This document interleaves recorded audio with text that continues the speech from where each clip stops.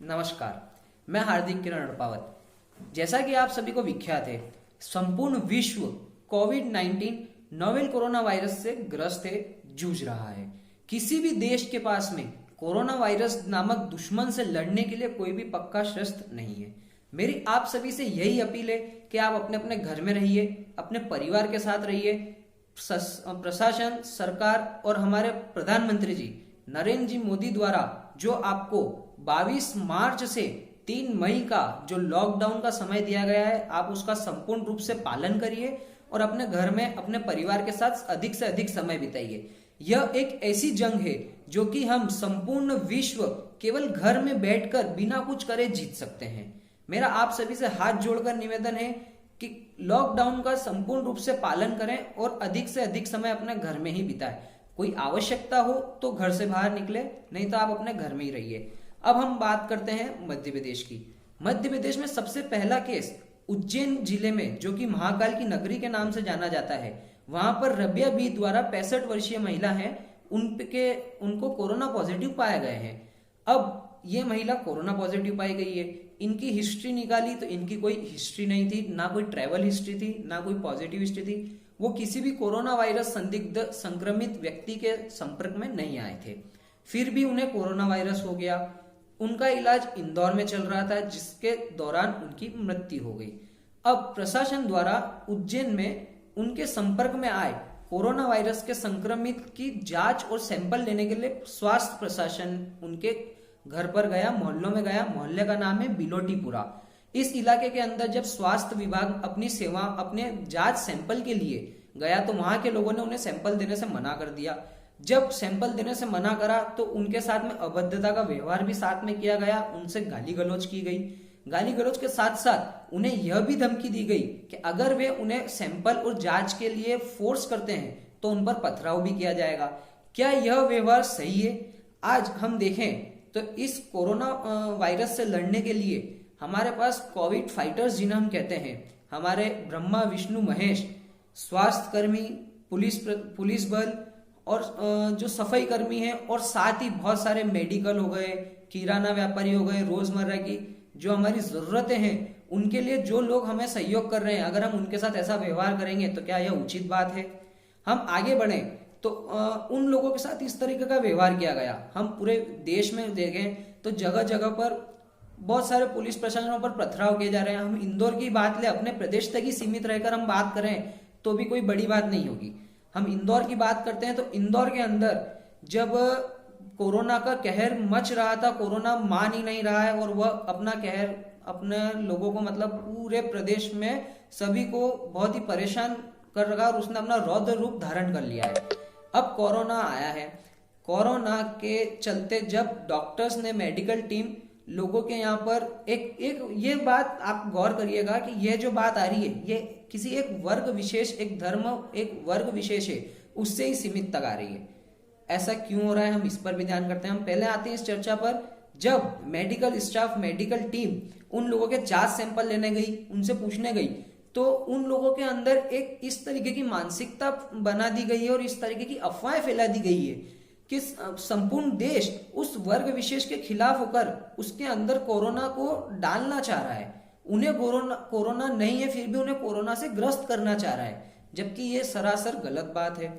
अब जब medical team उनके पास जाती है, वे लोग जो अपने घर से, अपने परिवार से दूर रहकर, अपनी जान जोखिम में डालकर, हमारे लिए अपनी जान जोखिम में डालकर आपके लिए एक तो जांच करने आ रही है, आपका प्रशिक्षण करने आ रही है, और उसके अंतर्गत उन्हें यह मिलता है कि उन्हें ईंटें, पत्थर, थूक और इन सब चीजों को सहन करना पड़ रहा है। तो ये कहां तक की है? हमारे हिंदुस्तान में किसी भी धर्म में अहिंसा परमो धर्म ही कहा गया है, हिंसा किसी भी धर्म में नहीं कही गई है, फिर भी हम ये सब चीजें करते हैं। और केवल एक मानसिकता हमें बदलने की जरूरत है इस चीज में लेकर। अब हम आगे बात करें तो मंदसौर हो गया, जैसे मैं मंदसौर में रहता हूं। सबसे पहले कोरोना उज्जैन से इंदौर में आया और आज इंदौर में इस स्थिति पर वो पहुंच चुका है कि आज शाम तक इंदौर में 566 केस थे अपडेटेड। अभी और बड़े हो तो अपन जानकारी देते हैं, वीडियो बनाने तक 566 केस इंदौर में पाए गए थे। मंदसौर के अंतर्गत पिछले विगत 2 दिवस में 7 केसेस प्राप्त किए गए पूरे मंदसौर जिले में। तो ऐसा क्यों? लॉकडाउन होने तक मंदसौर में एक भी केस नहीं था। इनफैक्ट ये मान के चलो आपके 30 अप्रैल तक मंदसौर में एक भी केस नहीं था। माफ करिएगा, 30 अप्रैल नहीं, 31 मार्च तक की बात करें हम, 31 मार्च तक एक भी केस मंदसौर में नहीं था। लॉकडाउन प्रधानमंत्री जी ने पहले से ही कर रखा है, उसके बाद कोरोना ने मंदसौर में दस्तक कैसे दी? ये जिम्मेदारी केवल प्रशासन की नहीं है। हम सरकार प्रशासन पे उंगली नहीं उठा सकते हैं। ताली एक हाथ से नहीं बजती है, जनता को भी इसमें सहयोग करना पड़ता है। हम देखें तो रोज की 70 से 80 गाड़ियां, और लगभग कम से कम आज मंदसौर प्रशासन की बात करूं तो 500 गाड़ियां जब्ती कर रखी है उन लोगों की जो बिना मतलब बाजार में घूम रहे हैं। तो इतनी भयंकर बीमारी है, इतना भयंकर वायरस है जिसका एंटीडोट अभी तक किसी भी देश ने नहीं बनाया है। लोग समझ ही नहीं रहे हैं।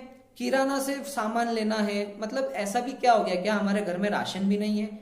अच्छा चलो हम बात कर लें, अगर हम गरीब हैं तो आज ही मैंने एक बहुत ही बड़ा नेशनल न्यूज चैनल है इंडिया टीवी, मैंने आज उस पर देखा तो राजस्थान का एक शहर था जहां पर एक परिवार ने सीएम हेल्पलाइन पर कंप्लेन करी कि उनको राशन नहीं मिल रहा, उनके घर खाने के लिए नहीं है, तो उनको राशन प्रदान किया जाए।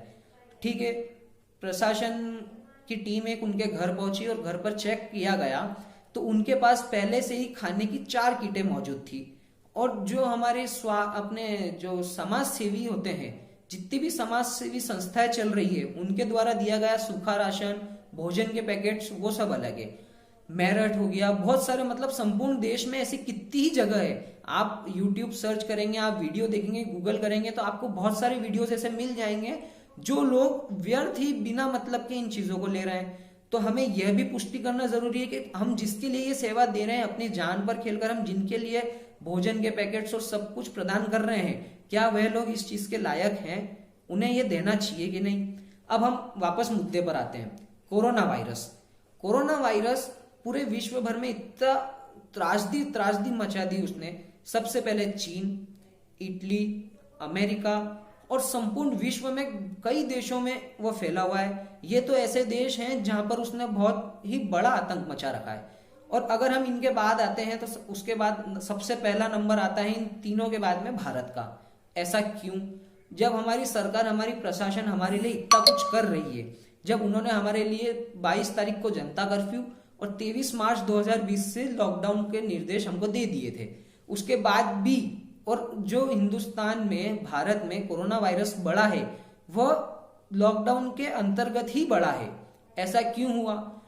देश की राजधानी दिल्ली में एक वर्ग विशेष तबलीगी जमात के लोग, 2361 लोग 2 अप्रैल के दिन मरकज बंगले वाली मस्जिद में सरकार ने उन लोगों को वहां से निकाला। वहां पर इतने लोग पाए गए, 2361 लोग।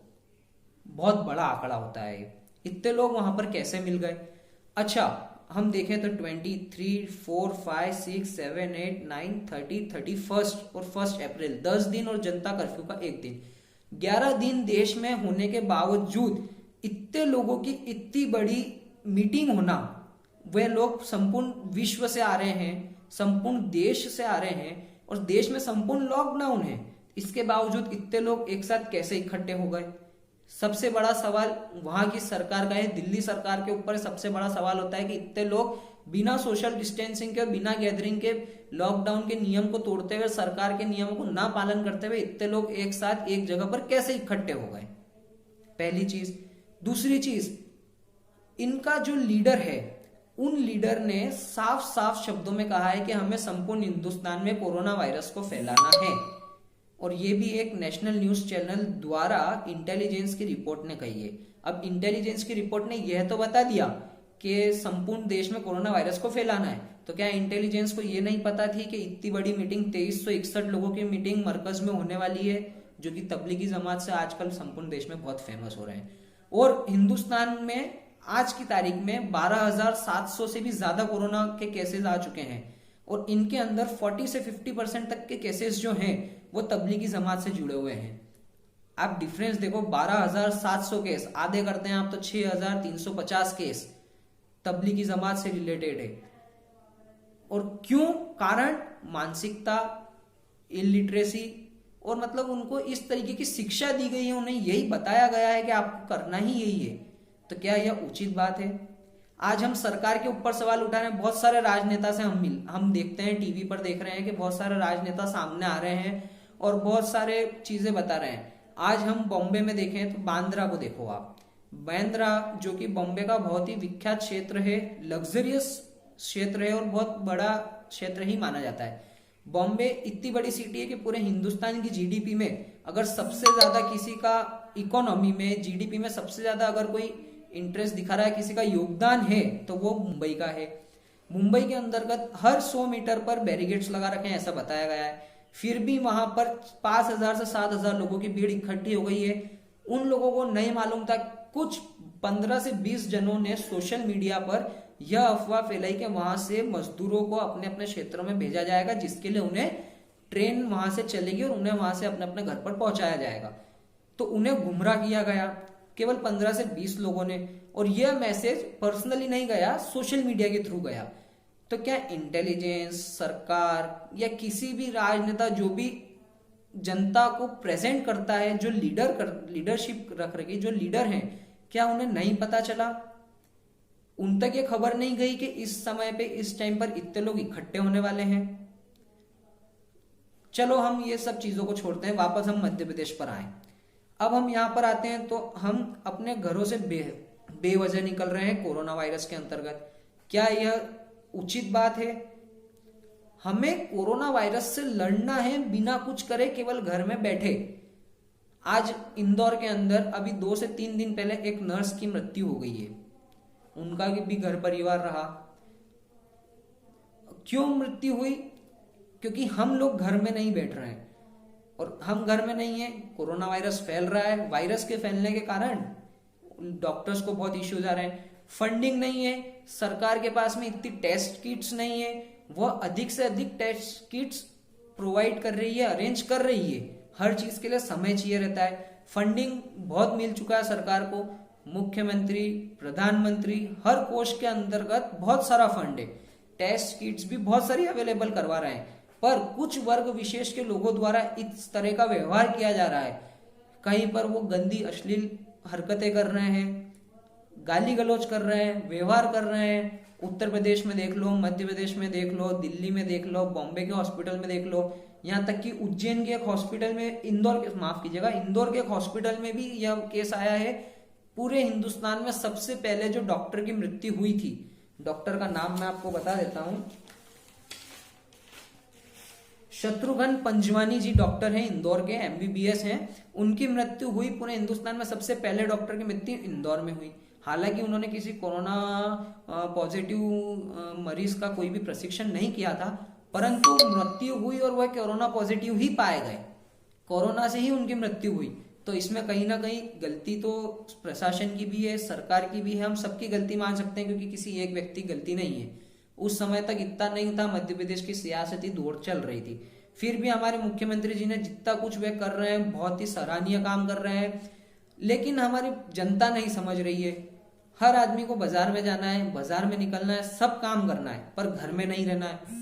अरे यार चलो गली तक घूम के आते, एक चक्कर लगा लेते हैं। अरे यार मेरे को डायबिटीज है, डॉक्टर ने घूमने के लिए कहा है मेरे को, मैं तो घूमने जाऊंगा 3-3, 4-4 किलोमीटर का। अरे जब बाजार खुला था तब डॉक्टर ने डायबिटीज के लिए घूमने के लिए नहीं कहा था, पर अभी घूमना है। क्यों? क्योंकि बाजार खाली है। जो एरिया कंटेमिनेटेड है, जिन एरिया को सील कर रखा है, उन एरिया में आपको जाना है देखने के लिए कि अरे यार एरिया सील कैसे होता है। ये वास्तविक ग्राउंड पे, मतलब एक नागरिक होने के तौर पर ही बात कर रहा हूं मैं आपसे, कि किस तरीके की मतलब लोग हरकतें कर रहे हैं कि उन्हें ये देखना है कि एरिया सील कैसे होता है। अरे ये क्या बात हुई? किराने की दुकानों पे बिल्कुल सोशल डिस्टेंसिंग की ध्यान नहीं रखना। अरे भैया पहले मेरे को दे दो, पहले मेरे को दे दो। अपने घर की आसपास की दुकानों से ना खरीद कर वहां से खरीदना है जहां से आपको पैसा कम मिल रहा। अरे हम तो जिंदगी भर खा ही रहे ना, स्टॉक करना है, चलो ठीक है, मानक चाहिए यार, आगे खत्म हो जाएगा तो कहां से लेंगे, तो वहीं से लेना जरूरी है। आप अपने घर के आसपास की दुकानों से लीजिए ना। आपको दूध चाहिए, सब्जी चाहिए, उस सब की व्यवस्था सरकार ने कर रखी है। किराना आपके लिए समय समय पर खोल रहे हैं, पर आप इस तरीके की, अगर आपके लिए 2 व्हीलर 4 व्हीलर बंद कर रखा है कि आपको वाहनों से नहीं जाना है, पैदल जाना है, तो फिर आप वाहन क्यों लेकर जा रहे हो? मेरे को ये दवाई लेना है, वो दवाई लेना है, घूमने के लिए निकलना है, तो ये कहाँ की समझदारी है? हम शिक्षित लोग हैं। आज सरकार ने, शिवराज सिंह जी चौहान ने कोरोना के इतने बढ़ते हुए प्रचंड को रोकने के लिए प्रत्येक एक एक घर में उन्होंने प्रशिक्षण के लिए, भाई किस आदमी को क्या बीमारी है, किसको क्या है, उसके लिए उन्होंने भेजा है। टीम सर्वे करने आ रही है। शहरी क्षेत्रों में यह सर्वे थोड़ा सा कमजोरी दिखा रहा है, पर आप अगर ग्रामीण क्षेत्रों में देखोगे तो वहां पर ये चीजें बहुत अच्छी तरीके से फॉलो की जा रही है और लोग सपोर्ट भी कर रहे हैं। पर जो सपोर्ट नहीं कर रहे हैं, जो इस तरीके की अभद्रता कर रहे हैं, इस तरीके का व्यवहार कर रहे हैं, थूकना, पत्थरबाजी करना और जो भी चीज मतलब डॉक्टर्स को सपोर्ट नहीं करना, प्रशासन को, पुलिस बल को, ये केवल एक वर्ग विशेष से आ रहा है। तो ऐसा क्यों? और संपूर्ण वर्ग विशेष ऐसा नहीं है। कुछ लोग ही ऐसे हैं जो कि संपूर्ण वर्ग विशेष को भड़का रहे हैं।